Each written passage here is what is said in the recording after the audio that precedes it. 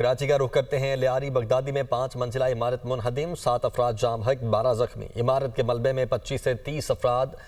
दबे होने का खदशा है। रेस्क्यू हुक्काम के मुताबिक सिविल ट्रॉमा सेंटर में खातून समेत 9 जख्मी जेर इलाज हैं। मोहम्मद अशद कराची से हमारे साथ मौजूद हैं। अशद, बताइएगा क्या अपडेट्स हैं इस वक्त?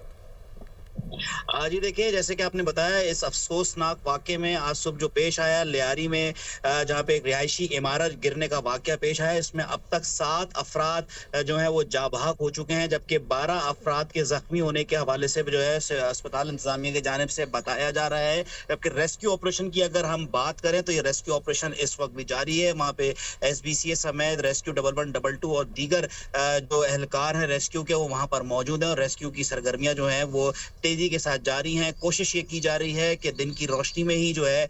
इस ऑपरेशन को मुकम्मल कर लिया जाए, और अगर ये ऑपरेशन मुकम्मल दिन नहीं हो पाता है तो फिर यहाँ पे मुतबादिल इंतजाम भी जो है वो इंतजामिया की जानिब से किए जा रहे हैं। यहाँ पे जनरेटर्स और सर्च लाइट्स जो है वो लगाई जाएंगी और उसके बाद ये ऑपरेशन को इसको कंटिन्यू जो है वो रखा जाएगा। अब तक की इतलात के मुताबिक जो इतलात मौसूल हो रही हैं उसमें 20 से ज़ायद अफराद के फंसे होने की इतला जो है वो यहाँ पर अभी भी मौजूद है। और उसी इतला के ऊपर रेस्क्यू जो एहलकार है उनका ये कहना है कि ऑपरेशन को इस तरीके से सर अंजाम दिया जा रहा है कि इसमें कोई और नाखुशगवार वाकया ना हो और कोई और जानी नुकसान ना हो। इसमें अगर कोई देर भी होगी तो इस वजह से कोई हतमी वक्त जो है वो इंतजामिया की जानिब से नहीं दिया जा रहा। दूसरी जानिब वजीर आला सिंध मुराद अली शाह की जानिब से इस वाक़े का जो था वो नोटिस भी लिया गया था, और अब जो है इस हवाले से बताया जा रहा है कि वजीर आला सिंध मुराद अली शाह ने DG SBCA को वजीर आला हाउस तलब कर लिया है और उनसे इस तमाम तर इस वाक़े के ऊपर तफसीलात जो है वो वजीर आला सिंध जो है वो अपनी जो इनिशियल इब्तदाई रिपोर्ट जो मरतब की गई है वो इस हवाले से उनको आगाह करेंगे।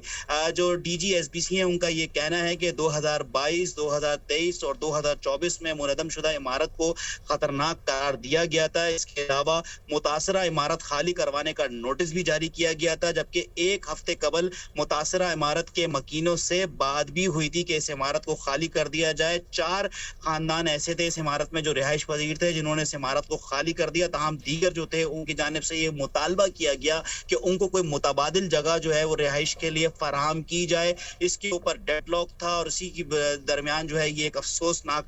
वाकया जो है वो पेश आया है। प्लॉट नंबर LY/14/29 ये वो ब्लॉक है, ये वो प्लॉट है जिसके ऊपर ये इमारत कायम थी, रिहायशी इमारत थी, जहाँ पे ये अफसोसनाक वाकया जो है पेश आया है। इस वक्त भी रेस्क्यू का अमल जो है रेस्क्यू ऑपरेशन जारी है और कोशिश की जा रही है जो फंसे हुए अफराद हैं मलबे तले उनको बाहिफाजत इस मलबे से निकाल लिया जाए। जी ठीक। अच्छा अशद, जो 1112 की एक रिपोर्ट सामने आई है वो मैं पहले अपने नाज़रीन के साथ शेयर कर देता हूं, फिर दोबारा आपकी जानिब आऊँगा।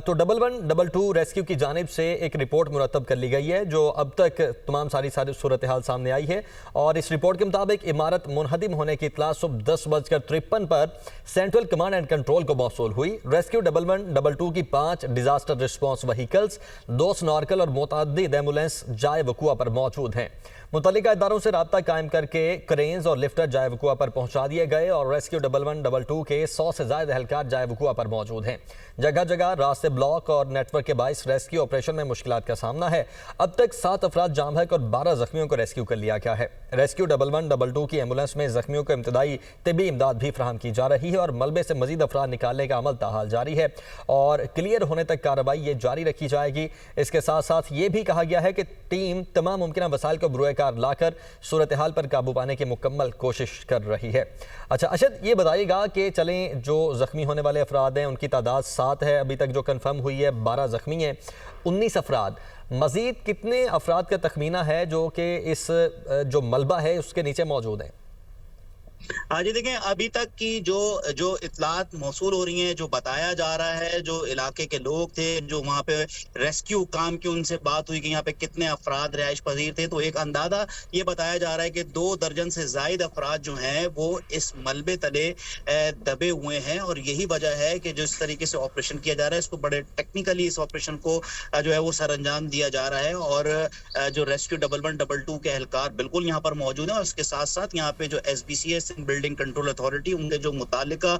जो इंजीनियर्स हैं, जो कि टेक्निकल टीम है, वो भी वहाँ मौके पर मौजूद है। बिल्कुल जिस वक्त ये जिस तरीके से ये रिपोर्ट मरतब की गई है, जब ये यहाँ पे जब ये अफसोसनाक वाकया हुआ, जब यहाँ पर टीम्स पहुंचना शुरू हुई जो कि रेस्क्यू की टीम थी, तो उनको यहाँ पे मुश्किलात का सामना बिल्कुल करना पड़ा, क्योंकि ये एक हाईली जो है पॉपुलेटेड इलाका है। यहाँ पे जो गलियां हैं वो भी काफी तंग हैं। गाड़ियां अगर यहाँ पर दो से ज्यादा आ जाए तो वो गली में ट्रैफिक जो अगर हम कहें कि एक ब्लॉक होना चाहती है, तो यहाँ पे जब रेस्क्यू टीम्स पहुंचना शुरू हुई तो उस वक्त यहाँ पे इलाके के लोग बड़ी तादाद में मौजूद थे, क्योंकि वो लोग कोशिश कर रहे थे अपनी मदद आप के तहत वहां से मलबा हटा के जो ऊपर उनको जो भी नजर आ रहा था उनको वहां से रेस्क्यू करने की कोशिश कर रहे थे। बादशाह जब यहाँ पर टीम पहुंची उसके बाद लोगों का यहाँ पर रश बढ़ गया था। यही वजह थी कि फिर उसके बाद यहाँ पर पुलिस की भारी नफरी यहाँ पर तलब की गई। पूरे इलाके जो डिस्ट्रिक्ट पुलिस को यहाँ पे कॉल किया गया, रेंजर्स को यहाँ पे कॉल किया गया, लोगों को यहाँ से रश खत्म किया गया, क्योंकि इसकी वजह से यहाँ पर एम्बुलेंस, ना सिर्फ एम्बुलेंसेज बल्कि इसके अलावा जो कि हैवी मशीनरी थी जिसके जरिए मलबे को हटाना था, उसको भी यहाँ तक पहुंचने में दुश्वारी का सामना करना पड़ रहा था। अब जबकि यहाँ पे सूरत हाल को कम से कम इस सूरत हाल को पुलिस और रेंजर्स ने जो है वो काबू में पा लिया है। यहाँ पे हैवी मशीनरी पहुंच चुकी है और बड़ी स्पीड के साथ यहाँ पे कोशिश की जा रही है कि इस रेस्क्यू ऑपरेशन को जल्द अज जल्द जो है वो मुकम्मल किया जाए, क्योंकि लेकिन जैसे कि जो हमें बता रहे हैं जो एक्सपर्ट्स हैं उनका ये कहना है कि इसमें जल्दबाजी इस ऑपरेशन में बिल्कुल भी नहीं की जा सकती, क्योंकि जरा सी भी जो एक मिस्टेक है, एक जरा सी गलती जो है वो इंसानी जान का गलती की वजह से इंसानी जान जो है वो जाया हो सकती है। यही वजह है कि इसको तमाम तर अफराद जो टेक्निकल लोग हैं, जो तमाम वहाँ पे अमला मौजूद है, वो मिल के एक कोऑर्डिनेशन के साथ कोशिश कर रहे हैं कि ये मलबा को जो है वो बिल्कुल एक तरीकेकार के साथ वहां से हटाया जाए। और जो लोग इस मलबे तले दबे हुए हैं, इब्तिदाई इतलात के मुताबिक की मौसूला इतलात के मुताबिक कोई 2 दर्जन से ज्यादा वहां पर अफराद जो है मलबे तले फंसे हुए हैं, उनको रेस्क्यू किया जा सके, उनको वहां से निकाला जा सके। इस तमाम तर सूरत हाल के ऊपर सिंध बिल्डिंग कंट्रोल अथॉरिटी की जानिब से भी मौकफ आ चुका है। सिंध बिल्डिंग कंट्रोल अथॉरिटी का ये कहना है कि मुतादिद बार 2022, 23, 24 में इस बिल्डिंग को खतरनाक करार दिया गया, जबकि सिर्फ लियारी की अगर बात की जाए तो वहां पर भी 80 इमारतों को नोटिस जारी किए गए हैं। और अगर सिंध पूरे कराची डिवीजन की बात की जाए, तमाम तर अजला में पूरे कराची भर में 500 से जायद ऐसी इमारतें हैं जिनको खतरनाक करार दिया जा चुका है। लेकिन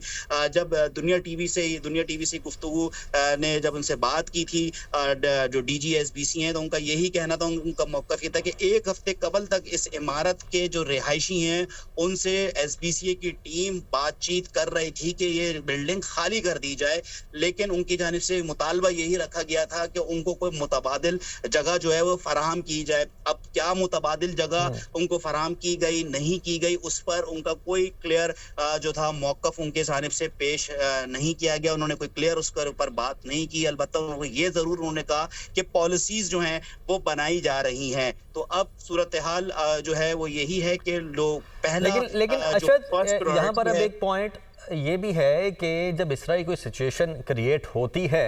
और बिल्डिंग खाली करवाना मकसूद होती है, तो क्या ये सिर्फ जो वहाँ के रिहायशी हैं उन पर ही जिम्मेदारी डाल दी जाती है? उनको बस बता दिया जाता है कि इस वक्त इस बिल्डिंग की ये हालत हो चुकी है, यानी कि नाजुक हालत है, आप इसको खाली कर दें,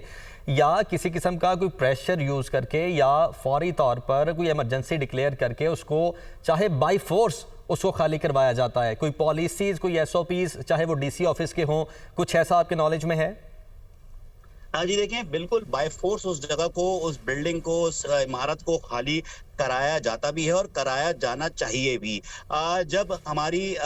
DGSBCA से भी इस हवाले से बात हुई तो उनका ये कहना था कि नोटिस दिए, और जब दीगर जगहों के ऊपर भी इस तरह की प्रैक्टिस होती है तो लॉ एंड ऑर्डर की सिचुएशन जो है वो सामने आ जाती है, लोगों की जानिब से रेजिस्ट किया जाता है। लेकिन बहरहाल उनका ये अपना एक मौक़िफ़ है। लेकिन दूसरी जानिब अगर हम देखें तो अगर इस तरह की सूरत हाल भी है तो उसमें भी लोगों को इस तरीके से छोड़ा नहीं जा सकता। एक तरफ तो वो लॉ एंड ऑर्डर की बात कर रहे थे, दूसरी तरफ वो ये भी बता रहे थे कि लोगों का मुतालबा जो वहां पे